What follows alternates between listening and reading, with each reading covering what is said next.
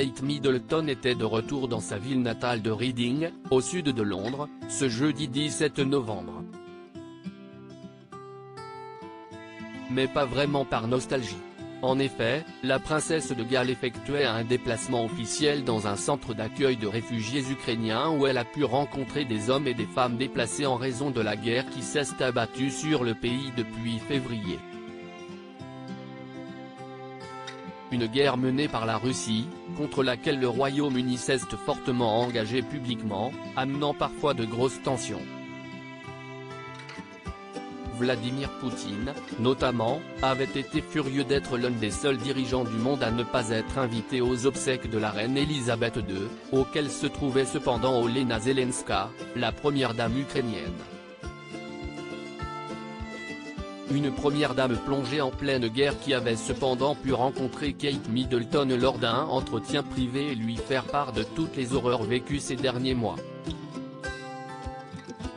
Touchée, la princesse de Galles avait alors annoncé un soutien de sa fondation en faveur de celle montée par la première dame ukrainienne dédiée à la santé mentale. Et ce n'est pas la première fois que la femme du prince William s'engageait pour l'Ukraine. Déjà au début de l'année, alors que la guerre venait à peine de commencer, le couple avait visité un centre d'accueil et rencontré des réfugiés ukrainiens choqués par la violence de la destruction de leur pays. Une visite dont la princesse de Galles était ressortie avec les larmes aux yeux. Réaffirmer son soutien au peuple ukrainien et les parents de George, Charlotte et Louis, 9, 7 et 4 ans, n'avaient pas hésité à briser leur réserve légendaire qui leur interdit de parler de politique en publiant un message clair sur leur compte Instagram. Aujourd'hui, nous soutenons le président et tout le peuple ukrainien alors qu'ils se battent courageusement pour leur futur. WC.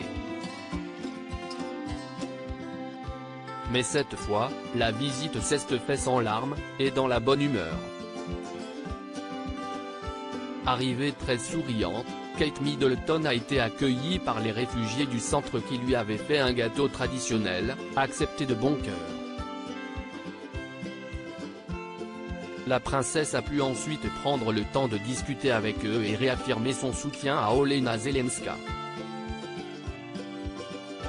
Et comme toujours, la tenue choisie était très symbolique, sous son manteau camel de chez Max Eco, déjà porté récemment, la jeune femme avait une robe bleu marine et jaune à poils cabanette, transparente en haut, associée à des escarpins bleu marine. Du bleu et du jaune, comme pour rappeler le drapeau ukrainien. Lors de cette sortie engagée, Kate Middleton est allée à la rencontre des enfants très touchés d'avoir une princesse à leur côté. L'une d'entre elles a craqué pour la maman de George, Charlotte et Louis et a tenu à lui faire savoir par quelques mots très forts, « Kate je t'aime ».